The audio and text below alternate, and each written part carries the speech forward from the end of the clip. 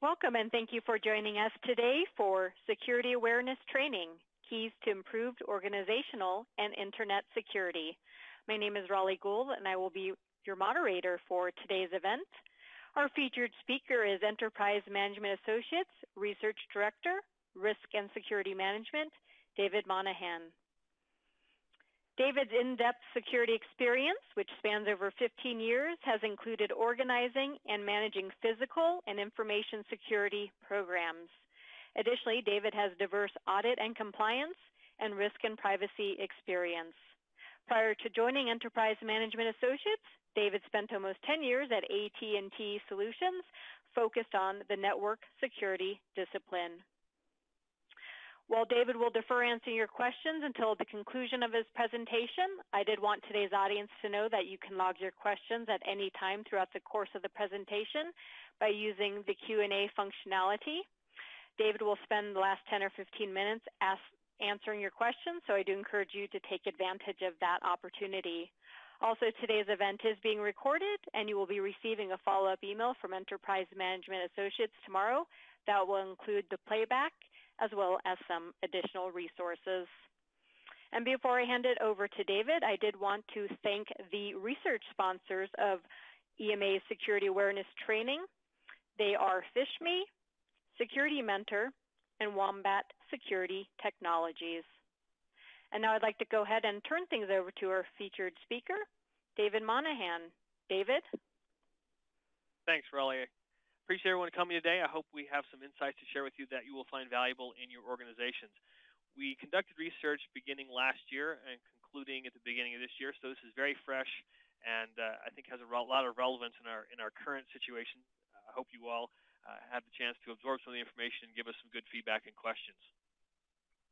First of all, I want to cover a little bit about demographics of the studies to let you know how we got the information, where the respondents were, and so forth. We did have a good selection of areas represented. It is primarily North America, 47%, but we did also have respondents that chimed in from Central and South America, Asia Pac, Europe and Middle East Africa, or EMEA as we sometimes call it, and then we had additional personnel from the rest of the world. That was a pretty low. But I think given this, we can understand that it is primarily North America centric in terms of the results. However, we do have that good contingent of an additional 40 some odd percent that came from other organizations outside of the country that can give us some insight into their issues. And I think given that, we have a good picture overall of what's going on out there with security awareness and training. This is not just a North America issue or a Europe issue. This is an issue that goes across the entire world, as we can see with various breaches that have been going on throughout the entire world. With that, we also looked at what sort of industries were responding.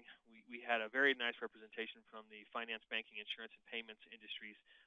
That particular single group was the largest, but we also had a good representation from government, high tech, and manufacturing. The last category there, all other, we grouped those together because there were quite a few smaller groups of respondents that came in from areas like retail, healthcare, media, legal education, hospitality, etc.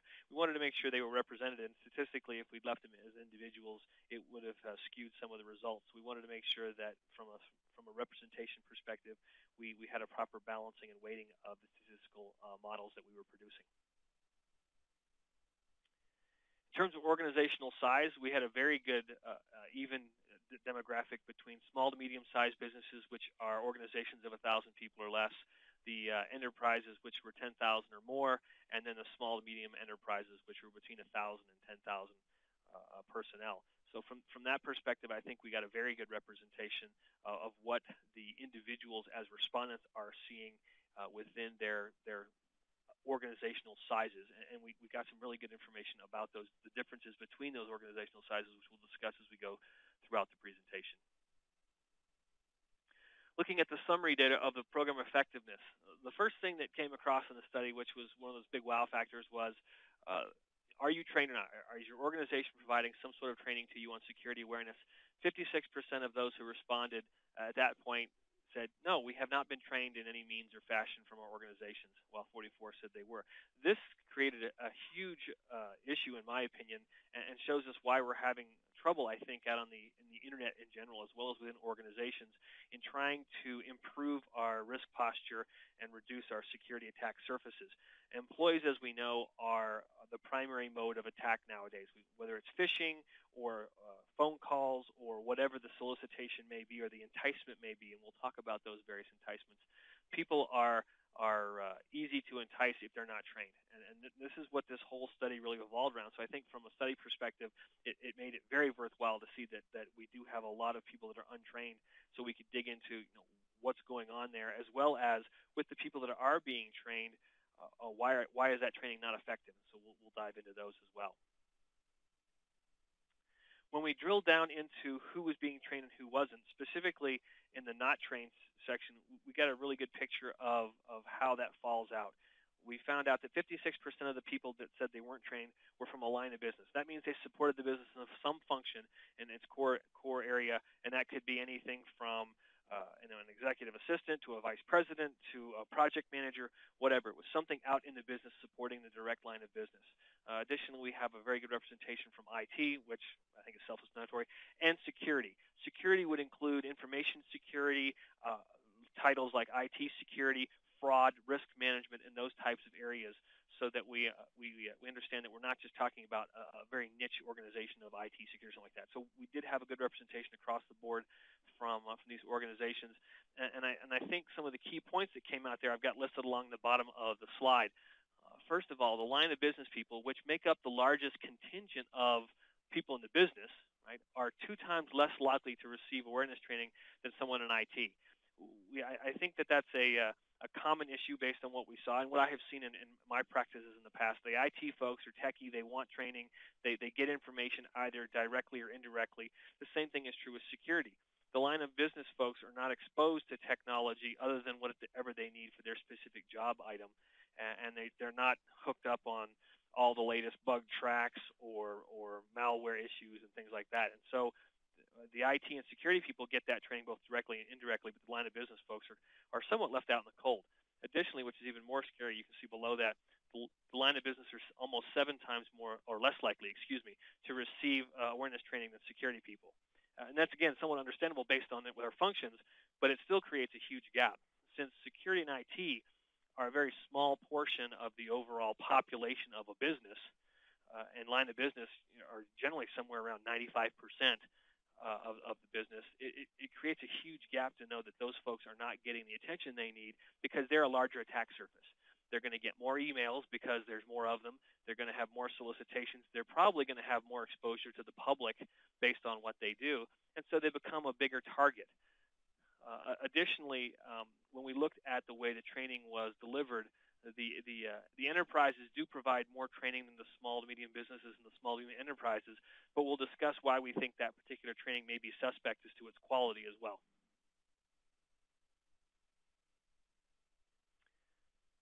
When we broke it down into how people were untrained, we saw a pretty interesting disparity there. Based on the last slide, we were just talking about enterprises. Enterprises, only 8% of the folks that were in companies that were 10,000 people and above said they didn't get training.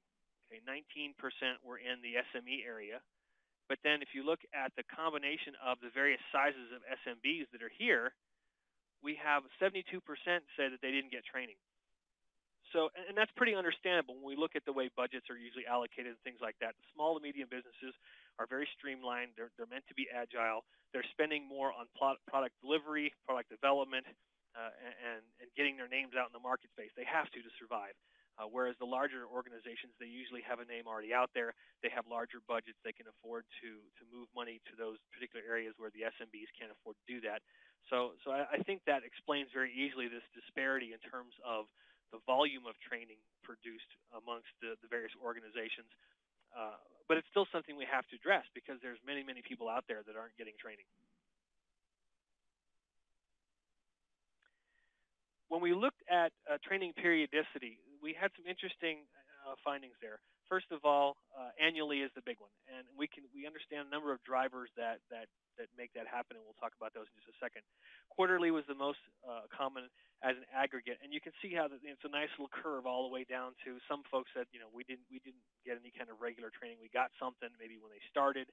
It may have been over a specific incident. As you can see, post-incident training was there as well, but it wasn't being delivered more than annually for the vast majority of organizations. Now, this creates a couple of different issues that we need to address. First of all, annual training is primarily driven by compliance and these types of things where you have to check a box to make sure that you've done this to meet your compliance and regulatory requirements. And that's one of the things that drives it. Additionally, we also know that with the pace of business, having a classroom type training or something like that where you go and sit down for a while and listen to someone or do something is fairly inconvenient for employees. We know that we're all raced to try and get to our email, our next appointment, our next call, whatever it is, our next deliverable. And so we don't necessarily want to take time out of our day on a regular basis to go and sit down for an hour plus and listen to someone talk. And we'll talk about the various types of training that have been delivered as well. You can see also that with quarterly was still the next most popular, which is a little better. And some of the issues we run into with training in terms of its quality come up around that periodicity and how often you get it because, for example, looking back to grade school or even college for many of us, we see that we need repetition. We learn things by repetition. We have to do them again and again and again. And if we get training on a yearly basis or an annual basis, we're not really getting the level of interaction that we need to memorize things and to make them ingrained as part of our behavioral system. So that creates an issue as well. Interestingly enough, the manufacturing vertical delivered more semi-annual and quarterly training than the other functional areas that we looked at, which was kind of odd. I would not have expected that, given that manufacturing is generally focused on creating widgets and moving things forward, and they're not necessarily usually focused on the technology for their employees. So it was good to see that they were delivering more types of training than some of the others. Additionally, with the organizations that are $100 million to $1 billion, they also were delivering more quarterly training, and that was good as well. So from that perspective, they're giving a little more repetitive or iterative training to help people memorize and remember what they're being trained. One of the things I thought that was an interesting finding that was bad in a sense was that post-incident training or post-event training was very, very low on the respondents list. From that perspective, we know that educationally, after you make a mistake, given the proper context, is the best time to come back to somebody and help them to learn. Now, again, you can't do it in an angry manner or something like that. And those of you who have children have probably seen that. You've got to get a little time to breathe, if you will. Or for those of us who have been corrected after we make a mistake, the same idea. But the point is that the event is still new enough and they can remember it enough that giving a post-incident update on training will help them be able to remember not to make that same mistake again. As long as it's given in the correct context and the correct vein, it's not meant to be punitive. It's meant to be encouraging and helpful. And we did see that the government respondents said that they had the highest rating of that type of respondent or of that type of training, which is interesting in terms of the culture and so forth. So I think that was something else that was good to note as well. In looking at the session frequency, you can see that we divide this up primarily on this slide by age group, and I think that was a good way to look at it because businesses, in terms of frequency, don't necessarily drive a learning perspective or how much money you make or things like that. But the age at which we are currently at represents different learning focuses and different learning abilities. When we're children, we learn everything in 3 seconds and we can memorize their favorite TV show or favorite song, whatever. As we get older, we have a harder time remembering things, and when we have to repeat it more often. So when you look at the way that the session frequencies were preferred, you can see here that primarily the younger people said, yeah, give it to me all at once, and let's just be done with it, and boom, we want to finish it. The middle folks recognize that memory may not be quite so good, and we have things to do, whatever the situation was, but they said, yeah, let's actually look at more of the smaller multiple sessions with limited focus so I can key in on a specific area of knowledge, and then I can move forward from there. And interesting enough, when you got farther, the separation became a little closer. They weren't quite as far apart, but there still were a slight preference to that. And I think part of this, the driver behind this, was to be learning styles as well as your business environment. If you're very fast-paced and you're on the go all the time, then people want to get this training done. They want to do it all at once so they don't have to interrupt themselves and keep moving on. So that's one of the drivers behind the session frequency. It's not just learning styles, but it's also the pace of business and how much you have to get done at any given time. In looking at that also, I think one of the things that was important to note from the duration frequencies is if you've always gotten training a specific way, then you may not realize that there are better ways or different ways to do it. And so from that perspective, it's just, I'll take it this way because I've always gotten it the way I've got through it, and so we'll just keep on rolling. And I think that's something that comes out as we look at more data from different perspectives, in that folks don't necessarily have a solid means whereby they can judge or determine what better training is or what's better for them in that particular sense. In looking at the hours of training per year, it was kind of interesting to note that 1 to 3 hours was definitely the primary mode of training, and from an educational perspective, that could be an issue. We know that there's a lot of things to look out for in security. We know that people have a lot of things hitting them. So in getting 1 to 3 hours of training a year, if you're doing that quarterly, that's less than an hour per quarter. If you're doing it yearly, it's probably in a single session that's 1 to 3 hours and you're done. And that creates kind of an issue in that you're not getting enough time to absorb the information. When we look across these averages of the aggregates of our respondents, we can see there are some organizations that are actually really pushing to have a higher level of knowledge. And you get 3 to 5 hours or greater than 5 hours. Those are pretty significant percentages, which means organizations out there are learning that the more training they give, the better their employees will be at recognizing security threats before they become victims of it, and they can ward off a number of various types of attacks. So it's a little disturbing to see that these folks, 30% or 31% of the individuals that responded are not getting enough time. So their training sessions are probably concentrated, and they're relatively short periods of time once a year, and that creates that knowledge gap that we need to be able to overcome. When we look at some of the numbers, 24% of the organizations required an hour or less. So that's pretty scary in terms of that. Now, we mentioned the fact that organizations are getting better. So as we should see over time, is we should see this curve begin to push this way and give us more training. Now, again, there are some business conflicts there that we have to address because businesses don't want to spend money and time on things they don't see are valuable. So the question is how do we raise the perception and the actual value of security training within the organization so that both the individuals and the organization as a whole see this additional time being spent as valuable?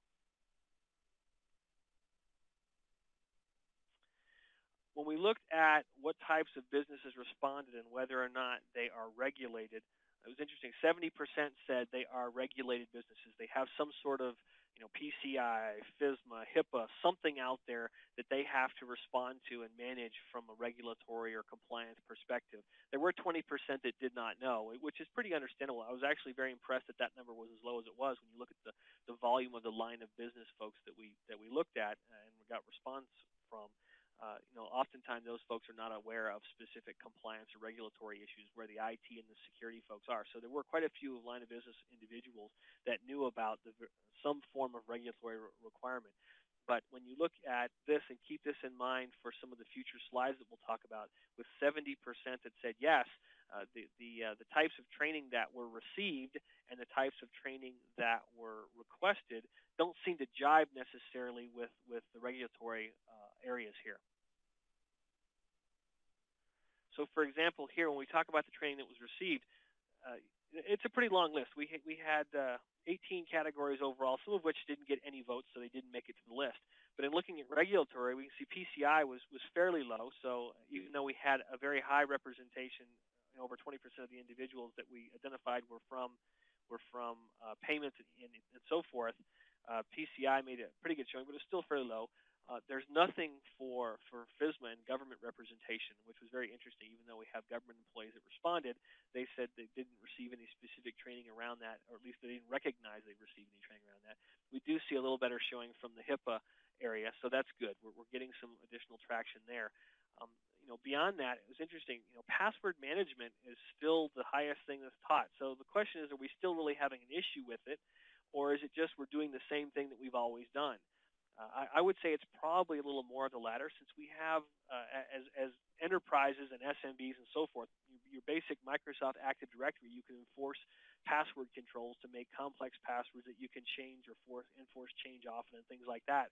So from that perspective, I don't know that we need to be focusing as much time on password management as we do. Now, the good news is that phishing and email type fraud came in close afterwards. A difference of 1% is not statistically significant in this particular case. So it's good to know that there is some training out there on this area. We know that the employees, again, are the first line of attack. We get emails on a regular basis, depending upon what type of organization we're in. It may be daily, it may be multiple daily, it may only be weekly or less frequent. But the point is that they do come in, and they come in at home as well, which is something we wanted to address from this study, and how the training that we receive at work also affects what we do at home. But this is a key area, so I was glad to see that there were so many folks that were actually trained on it. And you can see how the line kind of trickles down from there. Your web and internet security is very popular, which, as it should be, I think, in this particular case. When we start moving down the list, it's interesting, mobile security, even though we have such a huge focus on BYOD and BYOT, bring your own technology, it's very interesting to see that only about half of the organizations are really hitting on that particular topic. So the question is, are we creating a gap there? We're letting folks bring their devices to work and use them for work data and work actions, but yet we're not necessarily providing the level of training that we need to be able to keep these devices or keep people knowledge about how these devices interact with the network and the data and how they can be attacked.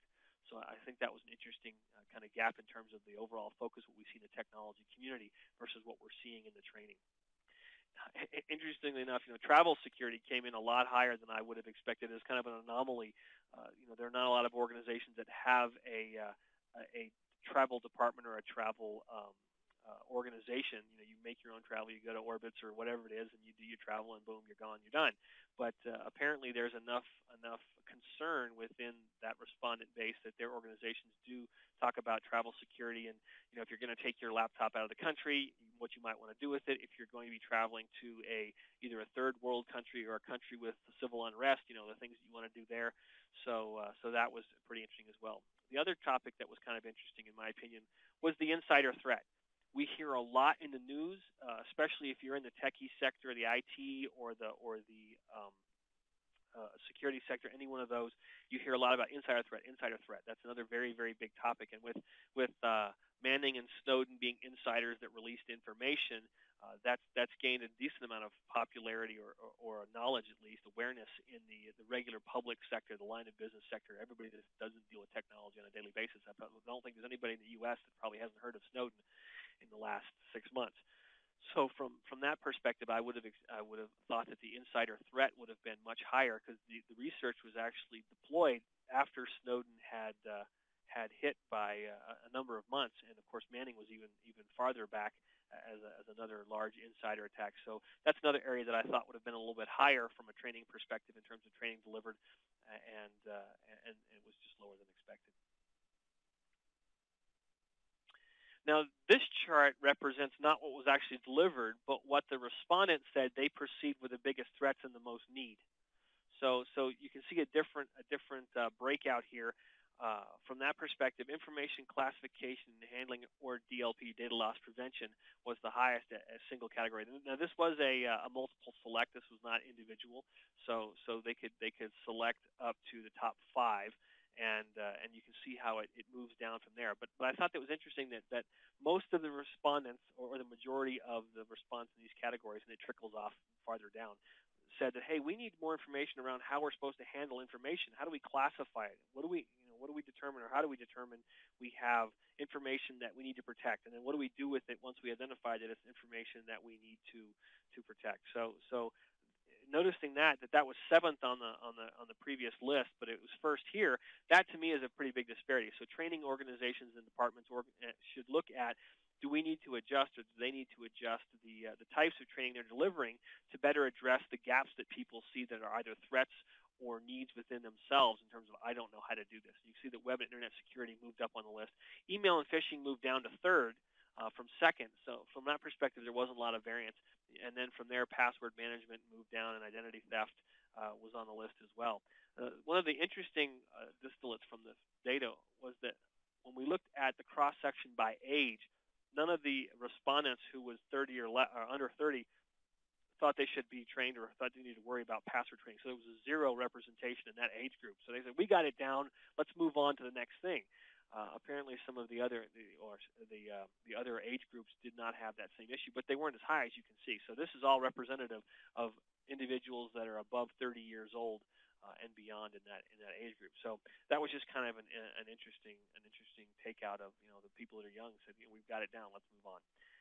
Identity theft is interesting. It's a fairly low priority here, even though we hear about this as a growing crime. It's huge.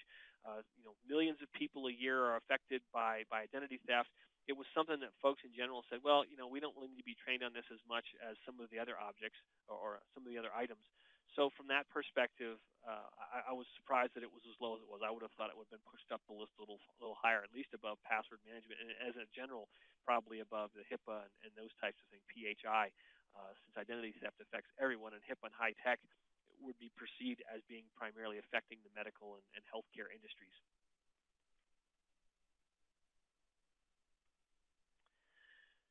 Looking at the delivery of training in terms of the most needed versus the highest threat, you can see how I juxtaposition these particular graphs to put them together, and you can see here we have 69% of the individuals here that said, hey, we got it, we're going along, and then versus the yeses and the I don't knows in terms of, do we need this type of training? So when we make that comparison I kind of mentioned earlier, the training programs are doing either what they've done all along, or they're doing what they think is best, but they're not necessarily listening to the employees on what types of information really have an issue and are not well trained, not well known. What types of training are out there creating gaps? And these are pretty huge gaps to see, 70% versus down here in the 6 and 5. So 70% of the organizations are presenting this type of training, but yet we have people down here that say, hey, we really need this. We're not getting this type of training. And that creates a disparity. In reality, I would hope to have seen more of a flat line in terms of everybody agreeing that, yes, this is what we're delivering and this is what we're getting. We see this as most important. So the disparity between the blue lines and the other two, create that gap of, hey, why aren't we meeting the needs of the employees? Does that mean that we're really not meeting the needs of the business and therefore not spending our money most appropriately?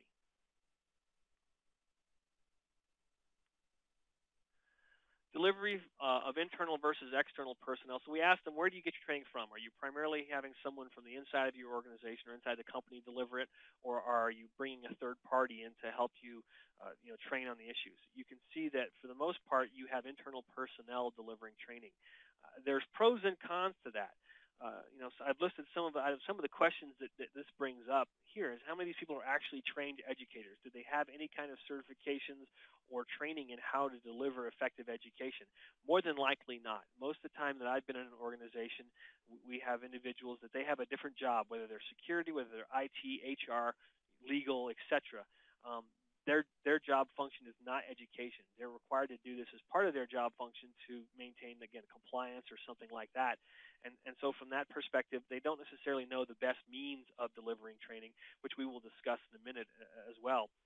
They also, since it's not their primary responsibility, they may or may not be focusing as much effort on it to deliver a quality program.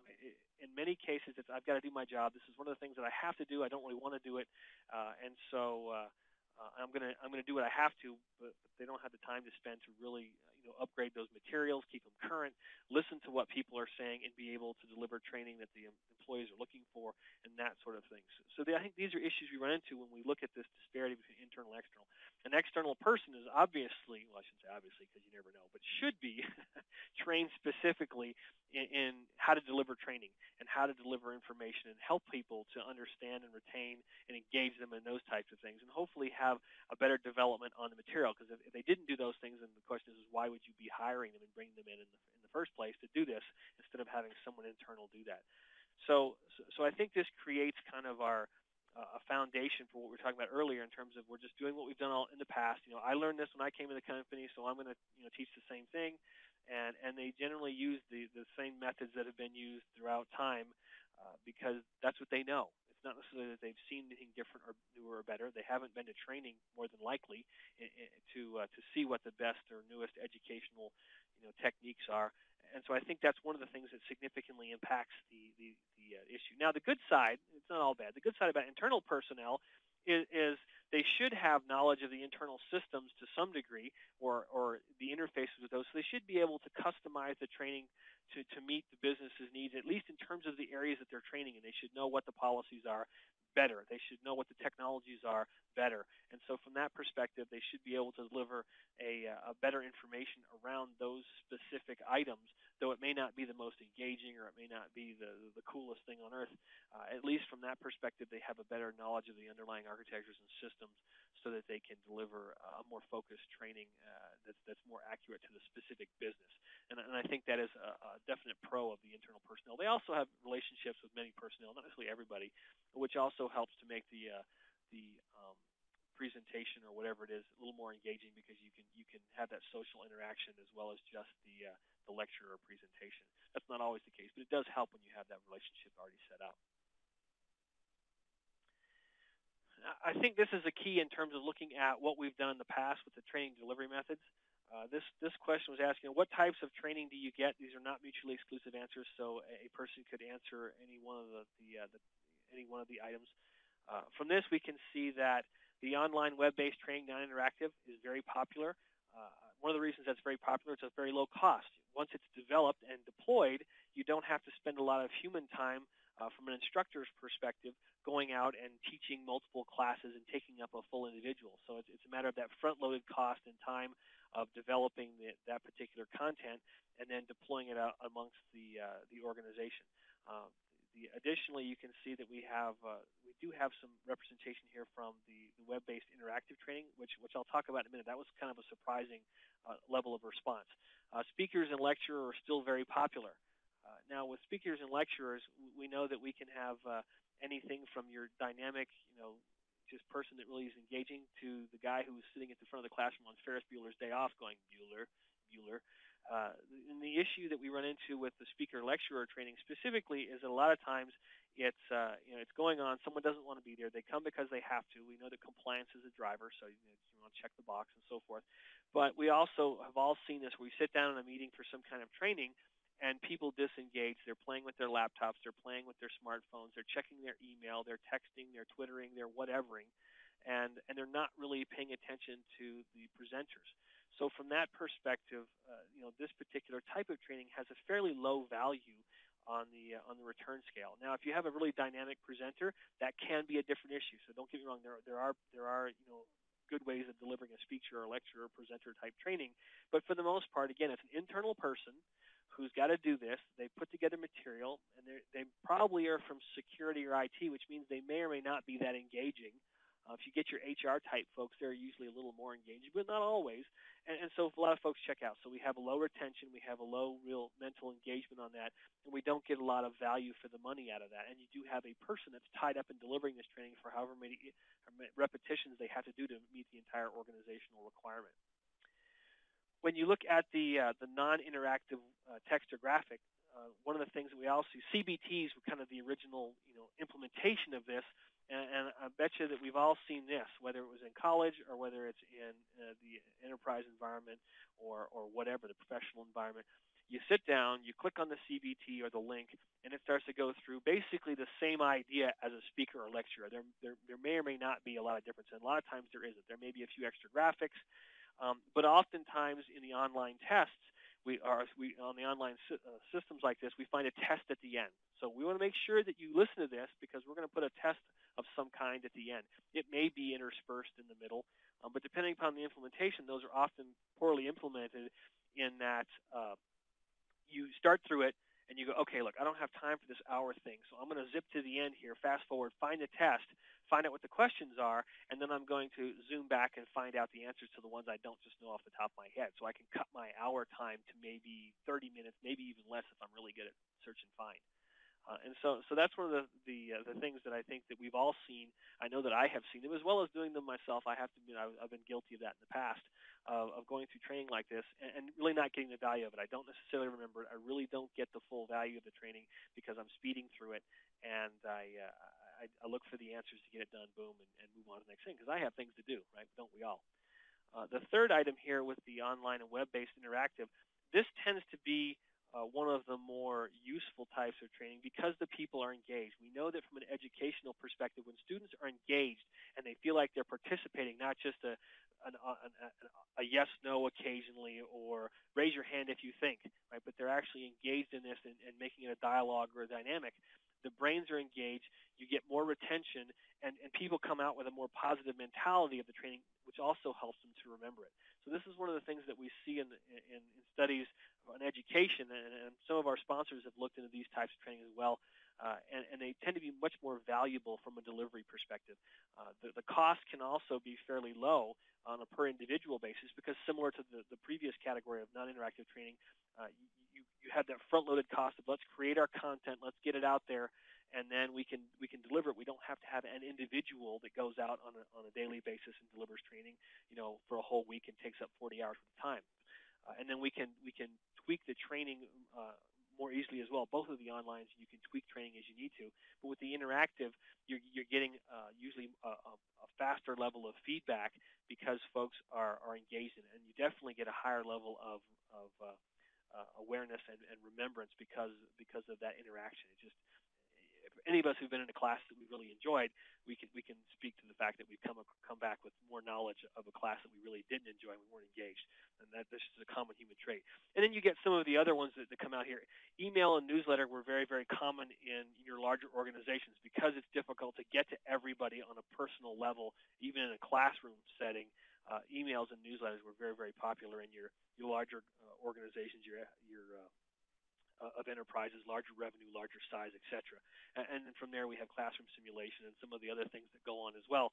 And those can be useful if given the correct context as well. But I think those first four are the ones that we really need to apply our attention to because they're the bulk of the overall respondents, and they tend to have the greatest variance in terms of value of the efficacy of the program. So now we've gotten through the whole point where we said, okay, yeah, we have training, we've been trained or we haven't, we're going, here's the types of things we've learned, here's the types of things we want to learn. But the question is once we've gone through that, is training actually measured? And this was kind of a surprise in that I think it indicates a lack of communication. 48% said, yeah, we know that the effectiveness of our training is being measured. Okay. Additionally, and this is on the aggregate, and additionally, there were 18% that said no, but there's a huge number here. 34% said, I don't know, it could be. So if they're going to training and something is going on in the backside to evaluate that, they don't know, which to me is a little disturbing because you could basically group the I don't knows with the knows and bring that number up from a functional perspective, because if they don't know it's being measured, then there's no way that they know how they're going to improve or the company knows how they're going to improve, more than likely. And I think what this comes down to, based on the information we have, is it's a lack of communication on the part of whatever the organization is that's delivering training, whether, again, it's IT, security, HR, or whatever. So even if we have a program, we're not well communicating what's going on. And the second slide on this, or the second graph on this page, specifically supports that conclusion, because the IT and the security folks have a much higher awareness of, yes, this is being measured, than looking at the response in aggregate. So the line of business had a much higher. They were almost even. I don't know versus yes. Okay. And so from that perspective, it's almost 50-50 from that perspective. So we're not getting the message out to the line of business people. Security says, yeah, man, we're delivering training and we're measuring it. It's all good. Well, then my question to you is, why are we not communicating that to the line of business people better? Is it they're ignoring us? I don't think that all of them are ignoring us from a delivery perspective. It's really that we're just not doing a good job of getting it out there to, hey, we want to let you know, here's how we're measuring this, and here's how we're going to improve the program, and here, and the various aspects of a program that you need to make it effective. So really the falling down this particular area is the fact that we're not doing a good job as a delivery or program organization in telling people that we are measuring this and how we're measuring it so that we can help them to improve. When we look at how the training effectiveness is measured, we run into another issue. Okay, again, this was a not mutually exclusive. Tell me all the ways that you think that you're being measured in terms of your training. Completion was the number one, and this is not a good thing. And having done training and ran organizations that do training and so forth for multiple sizes of organizations, I can tell you that completion is driven by compliance. Right? Whether it's PCI, HIPAA, whatever, it says that, have you trained your people? Yes, I have trained my people. I can check that box because below it I have a list of attendance, or sheer completion for whatever my training methodology is that says that all of my individuals have been to training. Here we go. So it doesn't tell us if they really learned anything. It doesn't tell us if they paid attention. It doesn't help us to understand where their knowledge gaps were.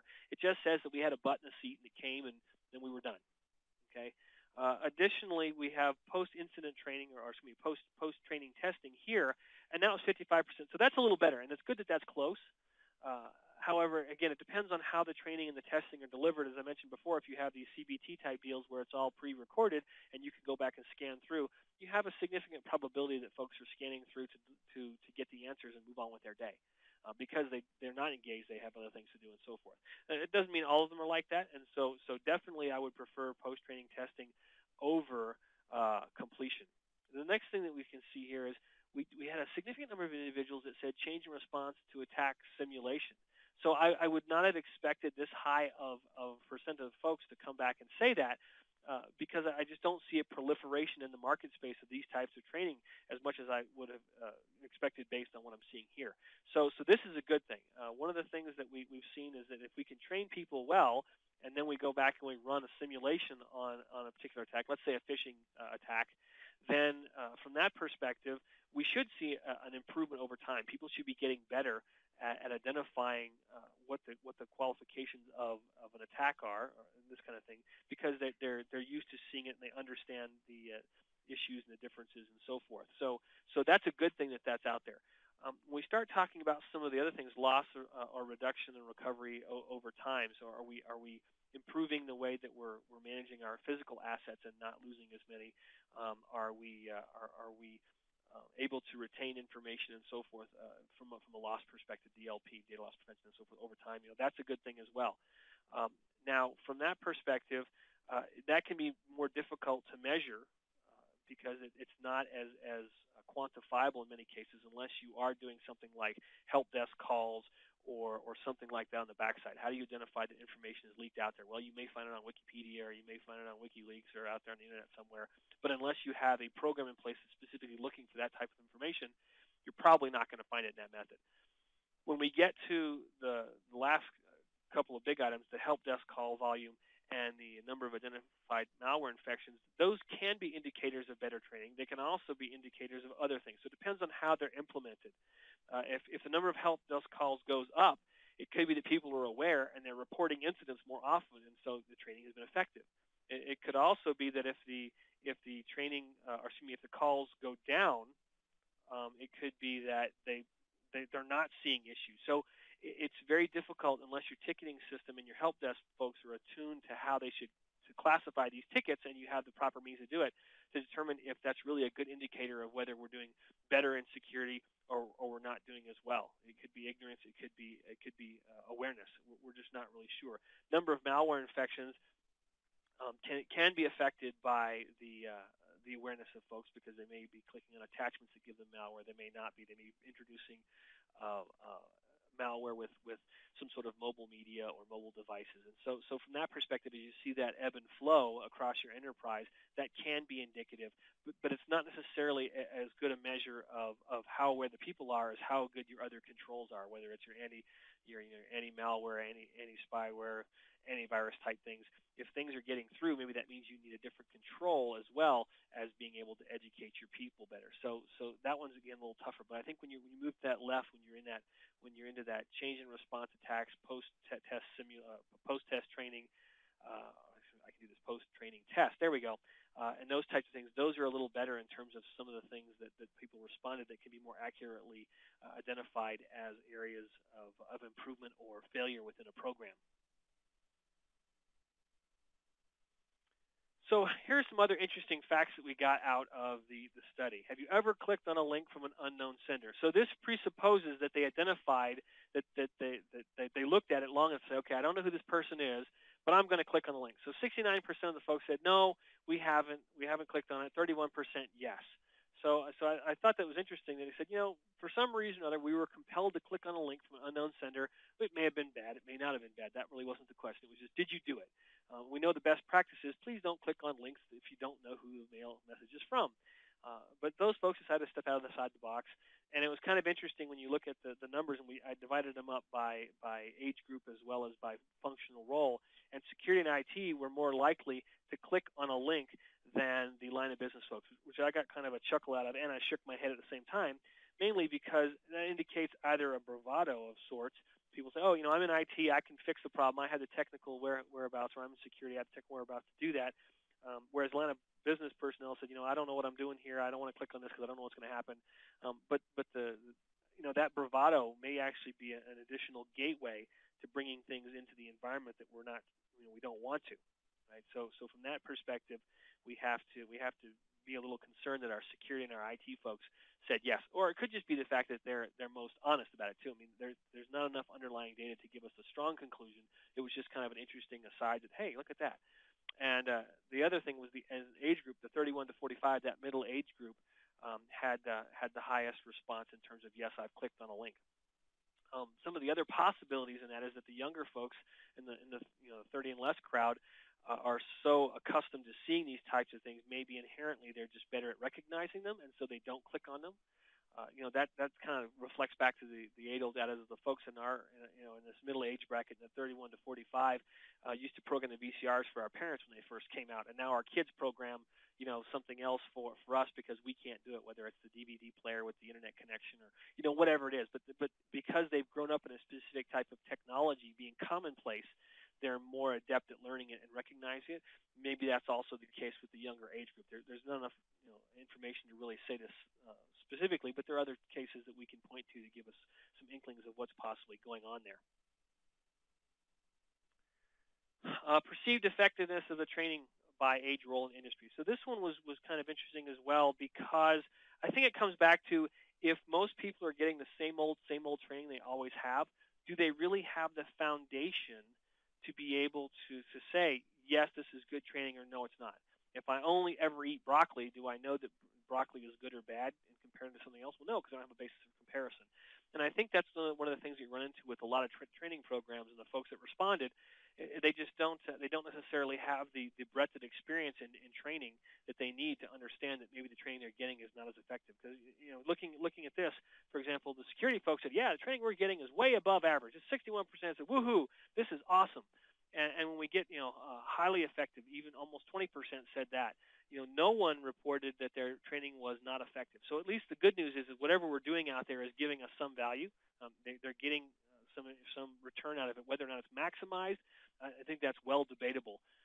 But from a delivery perspective, I think that we need to look at what other methodologies we can use to deliver training, and then we could do this kind of a survey again, or we could focus specifically on individuals that have had multiple different types of training and say, okay, based on the fact that this type of training exists and you've taken it versus traditional training, let's say a lecturer versus a CBT or whatever, then how do you feel about that training that you've seen in the past? And so having a basis of comparison for this particular question, I think, would have helped us some more to get better insights. But I think overall, this shows us that a lot of folks think their training is really good, but at the same time, we don't see the evidence of that on the backside. People are still clicking on links. People are still doing, are being overcome by some sort of phishing attack, whether it's email-based or social media-based or professional social networking-based or whatever it is, right? If the training was as highly effective and as above average as this slide would indicate, then we should have much, much fewer incidents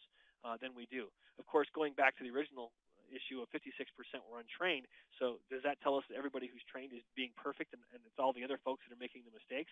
We can't really make that assessment, right? That's not really fair, given the other data that we have and just knowing people in general. But to me, this says that folks are overrating their training that they're receiving for one reason or another, because we are still making mistakes, we are still having issues. Data loss recognition and response. So when we looked at some of the common terms out there, what was the understanding behind those specific areas? We know that based on what we can see here, our line of business people were seriously lacking, as well as our under 30 crowd. We look at this, so we look at the yellow and the dark blue. They are traditionally lower than the other categories. Right? You can see that here when we move across. In some cases, they're not very different, but they have a lower understanding. The thing that was kind of interesting to me is that most people said they know what spam is, and I hope they weren't confusing it with the canned lunch meat. But from that perspective, most people said they knew what it was. Whereas, interestingly enough, most folks said they didn't know what spear phishing was. But they knew what phishing was. So that was kind of interesting discernment. They said, hey, I know what phishing is, and I'm pretty familiar with that, but I don't really have a clue at what spear phishing is.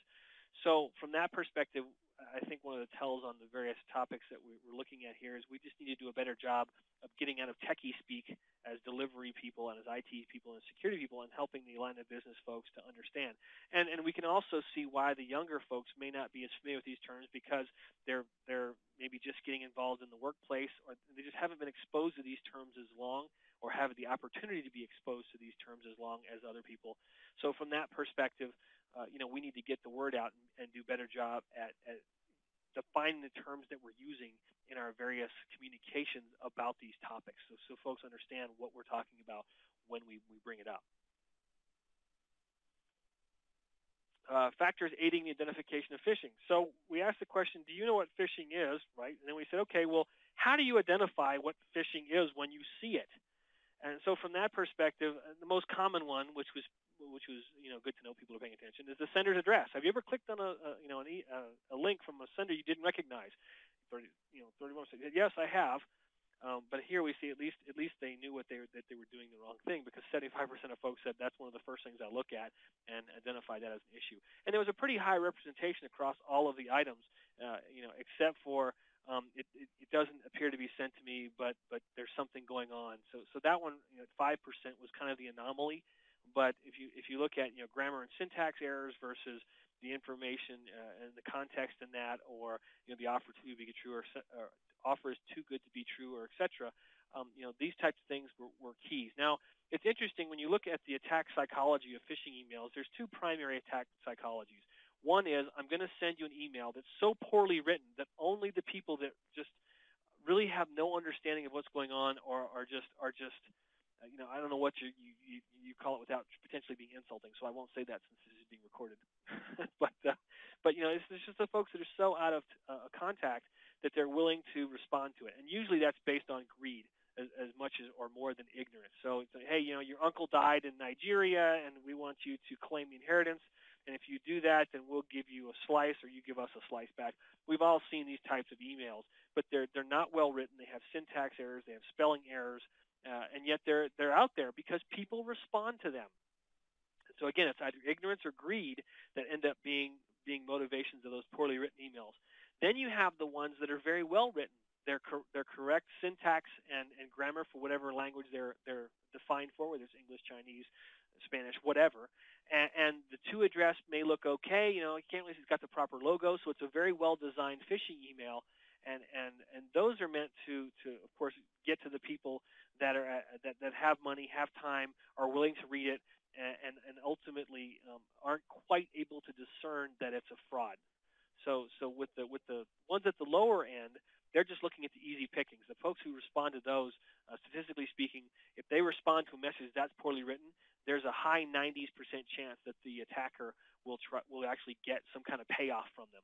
Whereas the well-written ones, they're trying to get to a broader audience. So they figure there's safety in numbers there. If I can hit the same number of people that I can with my poorly written email, but it's well written, I have a higher percentage chance of getting someone who's Joe average or Jane average and above, and getting money that way. So there's two different kind of methodologies that are behind the way that these messages are structured. But these are generally the ways that folks identify on what's going on. And I think primarily the email address is really still supposed to be easier. I would have hoped that was a little higher, because even if it says AT&T in the top, when you look down at actually what the details of the address are, it comes up as 63431 bang splat at yahoo.com. And so it just takes that extra moment to move your mouse on the link or on the email address, and get some additional information, or determine what the hyperlink actually is behind the text. And I think that's one of the things that people still kind of fall down on, is they think that the text in the email is indicative of what the URL is, and they don't realize that the actual link is what's behind there. So that may be another aspect of training that we need to talk to people about when we're working at security awareness training. I think we're almost out of time here, but I think that I am just about done. I'll try and get to the end so we have a chance for a few questions. So does your organization have an incident reporting program? Most said, yes, we do, which is very interesting. So you can see we're in the high 70s to 80s percentile in terms of the yeses. No's are fairly small, and the I don't knows for most of them are fairly small as well. So there is some sort of incident reporting process out there for data loss or security issues or whatever. And the nice thing is the line of business personnel do seem to be well educated on the fact that there is a program out there. Now, when you take that in comparison to the incident reporting methods that people are using, so how do you report? Most are using email. Now, the good thing about email is it's very easy, quick, fire and forget, boom. The problem with it is the question is, how well is it monitored on the backside? Is it integrated with a ticketing system so that it pops up on someone's desktop while they're working, or is this something that someone has to go monitor on the side? If you're doing the latter, then it's not very effective, because by the time you get to it, the person could have already had to made a bad decision, or if they made a bad decision, they recognize it, it's been long since gone, and there may not be a way to recover from that at all. So the email thing, again, it's good for employees, but it has to be managed well on the backside. The phone hotline is very good as well, because at least that way you've got a real person talking to a real person, hopefully, and from that perspective, you can get things moving more quickly to be able to have an incident response in a timely manner.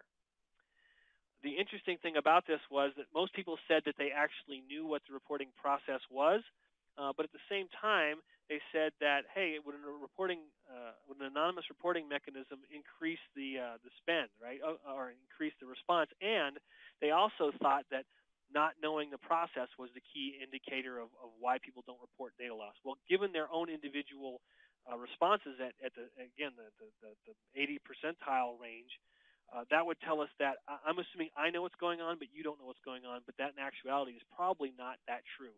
So the definition of not knowing the process is probably not as accurate, because it's a perception, right? It's perceived reason why. I think that you're not calling because of this, not why am I not calling. So I think really based on the information we have, that really it's either embarrassment or fear of getting fired are really the primary two issues. People are concerned about some kind of reprisal. They're concerned about their jobs and welfare, and so that's really why people end up not reporting incidents when they happen, because they figure if it's done and it's gone, what's the odds of someone being able to detect it?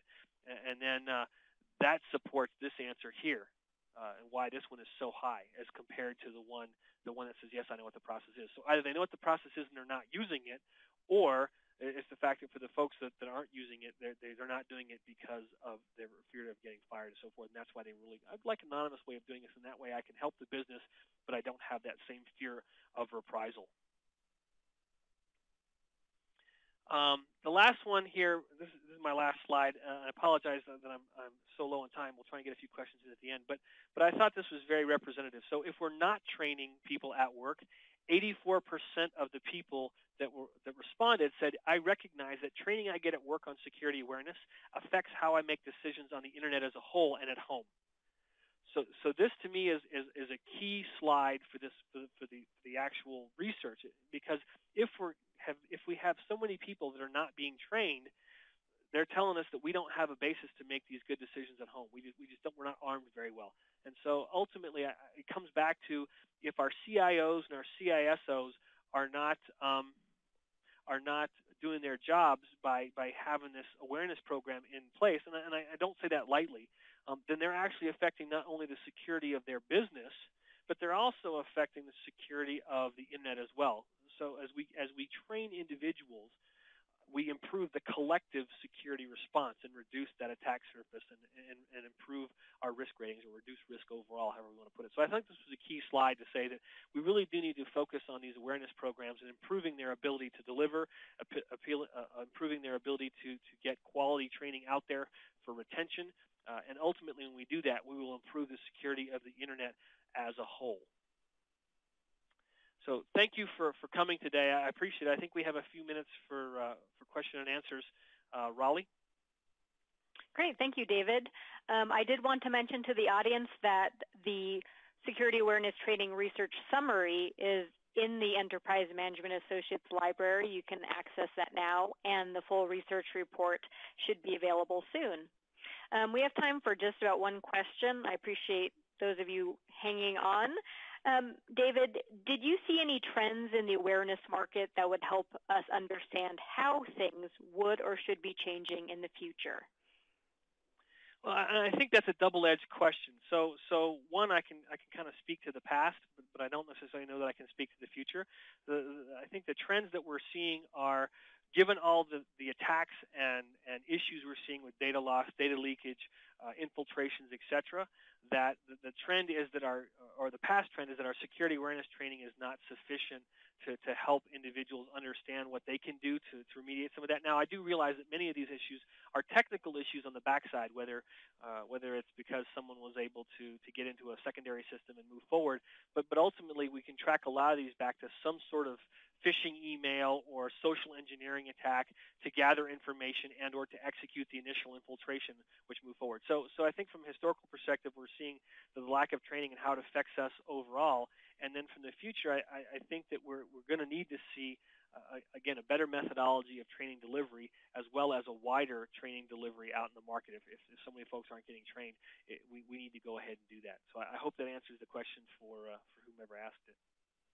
Great. Thank you for that insight, David. And I also wanted to thank our audience for joining us today. Please be on the lookout for that email from Enterprise Management Associates tomorrow. It will have the on-demand playback as well as a link to access the research summary. Thanks again for joining us, and enjoy the rest of your day.